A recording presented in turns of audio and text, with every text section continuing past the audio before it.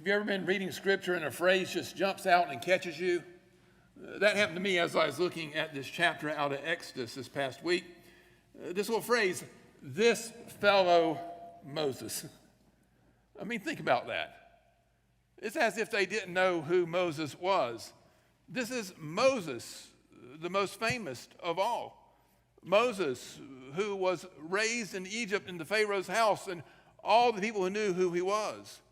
Moses, who had killed the Egyptian overmaster when he saw him abusing a slave. Moses, who had wanted posters for that murder. Moses, who went out into the desert to find God, only to have God find Moses. Moses, who was sent back into Egypt, who went before Pharaoh and who demanded that the people be let free. Moses, who God gave miracles to. Moses, who helped turn the Nile into blood, who brought frogs and gnats and flies and hail and fire and locusts, 3 days of darkness, and then the Passover. Moses, who told the people to paint the blood above the doorposts so that their children may be saved in the Passover. Moses, who then brought the people out of Egypt and came to the Red Sea and parted the sea. Moses, who when they were thirsty, struck the rock and water came forth. Moses, who cried out to God when the people were hungry and manna came down. Moses? We don't know no Moses. Who is Moses? He's gone off somewhere. How quickly we forget. We live in a what have you done for me lately world. Think about it. We live in kind of a disposable world, don't we? Where we just move from one thing to the other. I know football coaches who will win season after season, have one losing season, and off they go. I know workers have given their lives to companies only to have that company think when they get older, they're a little too expensive. Let's just retire him or her. We shouldn't treat people this way, but we do. Even worse, we treat God this way. God who blesses and blesses and blesses, and then we come upon one of those times in our life where we feel like we're in the desert, and we say, where's God? We don't know where God is. We don't know what God is doing. And we begin to judge God and to say that God is not doing God's job. That's where we find the children of Israel as they are in the desert today. When Moses is up the mountain, not only are they rejecting Moses, but they are rejecting God. All through scriptures, we find warnings that we should remember God's benefits, that we should remember God's praise and glory. For we forget so often. In the Psalms, in Psalm 78, there is a retelling of this story of the children of Israel. And it is a specific psalm to be sung so that they might remember to teach their children of God's faithfulness. In Psalm 78, verse 7, it says, and then they will put their trust in God and will not forget his deeds and will keep his commands. They will not be like their ancestors, a stubborn and rebellious generation whose hearts were not loyal to God, whose spirit they could not be faithful to. Psalm 106 is a very similar psalm. It too tells this story of the children turning from God in the desert, turning and creating idols. In Psalm 106 we read, but they soon forgot what God had done and did not wait for God's plan to unfold. That hits me. Not only do we forget what God has done, we have so little patience to wait for God's plan to unfold. We are anxious, and so we run ahead of God. It's not only true of the children of Israel. Look at the disciples of Jesus. Do you remember when they were in that storm where they were so fearful? Do you remember what happened just before the storm?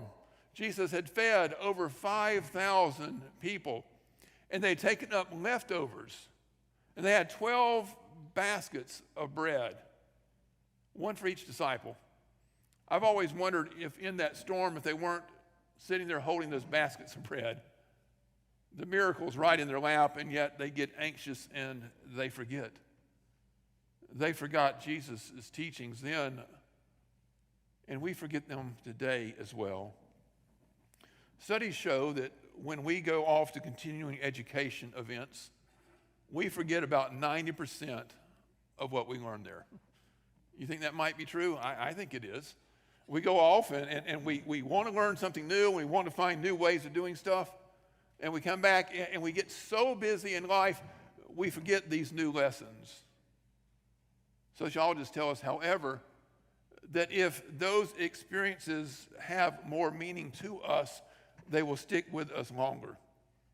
If we think about them, if we let them in our mind remunerate over and over, if we experience it and link it to a story in our life, if we go back and we repeat the class and hear it again.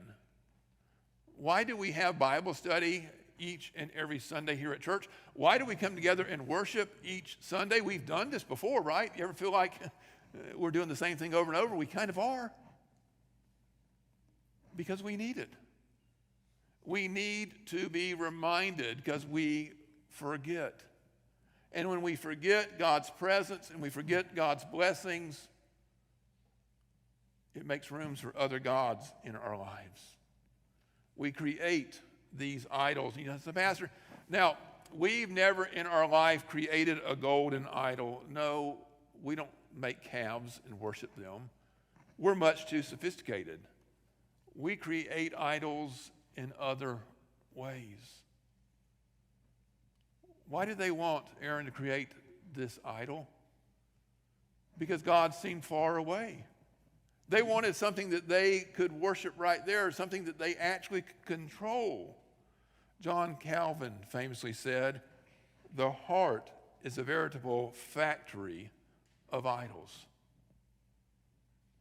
That when we forget God, we quickly turn to other things. Sometimes these might be people. There are others around us that seem maybe to understand more than us, and maybe they are people that we should follow. We should never follow a person unless that person is pointing past themselves to God. Jesus told his disciples, if you're going to come after me, you must hate your mother and father, your wife and your children, your brothers and your sisters. And we read that and we say, what in the world is he talking about? Isn't Christianity about love? Of course it is. But Jesus is saying there can be absolutely no one that comes before me. Moses was off with God, interceding for the people, getting the instructions of where to go next. And the people get anxious and say, we don't know that Moses. We don't know what happened to him. And so they get Aaron and they say, Aaron, you come be our leader. And Aaron doesn't say, well, let's wait for Moses. He doesn't remind them that God has been with them and that God will provide. No, Aaron says, I'll do it. Let me just make an idol for you. People can be our idols. They could be famous people. They could be politicians or actors or singers or different folks. They can also be people that we know. No one can come between us and God. And then there's those idols of possessions, those things that we want. We want them so much that we're willing to put aside our own values. This is that original sin that we see in the creation, where God puts the man and the woman in the garden and says, you can have everything but that one tree, and the devil comes along and says, so you can't have that one? Everything you ever wanted, but you got to have something else. Years ago in Brazil, something terrible happened. A man named Roberto Alves stole a box out of a hospital. He took that box home and he didn't know what was in it. So he started trying to break into it. It was a lead box, and it took him several days to actually get the thing open. And when it became open, there was this strange blue glow. And so he thought this must be something very valuable. It was cesium. It was radioactive and dangerous, but he didn't know it. He just thought it must be something worth a lot. So he invited his friends and his family over to see this great possession that he had. And they began to share these glowing grains of metal. 250 people became contaminated. Roberta's own family became very sick. Several of them died. His own arm had to be amputated from that poisoning. They wanted something that was so valuable, it ended up destroying them. So it is with our own possessions. When we want and want and want, it begins to take the place of God. What about our priorities? Do you want to identify those idols in your life? Ask yourself, what are my priorities? We do need priorities, but God must be our first and foremost priority. Think about this past week. What were your priorities for the week? What did you accomplish? When you made your to-do list, where was God on that list? Or even more importantly, think about this coming week. With all that you have to do, where is God on your list? Idols can even come in piety, in religion. We can be so concerned about religious rules that we forget our relationship with God.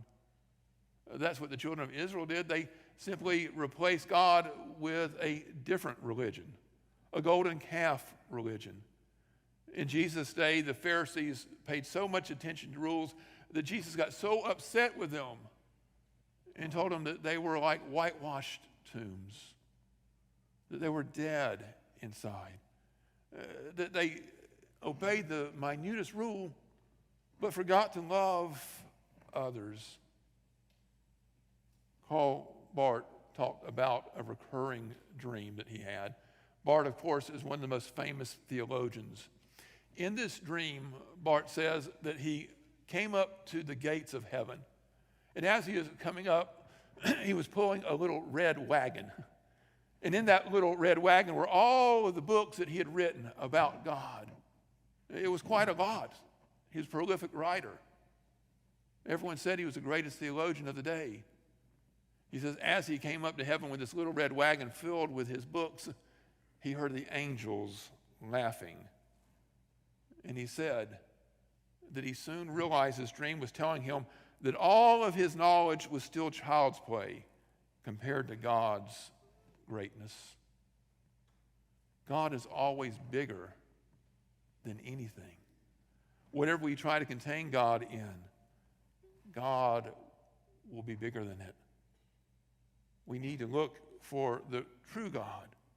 You see, we create these idols when we take our focus off of the living God, when we put our focus somewhere else.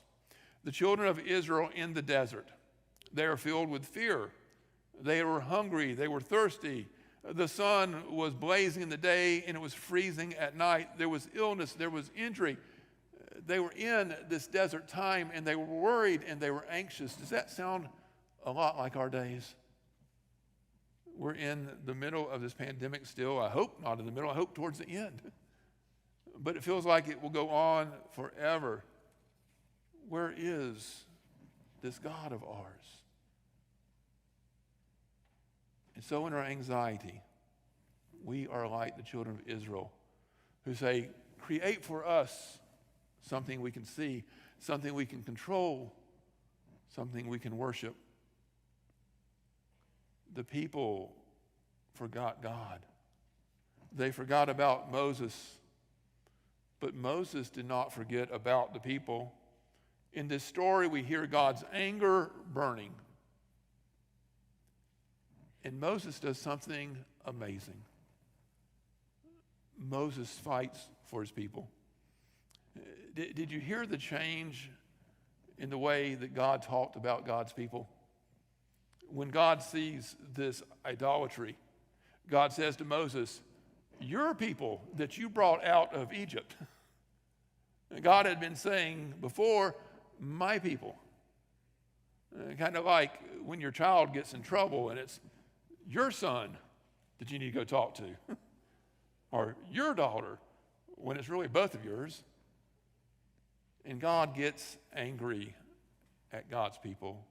He says, Moses, his people, they are doing wrong, and I want to destroy them. I'm so angry.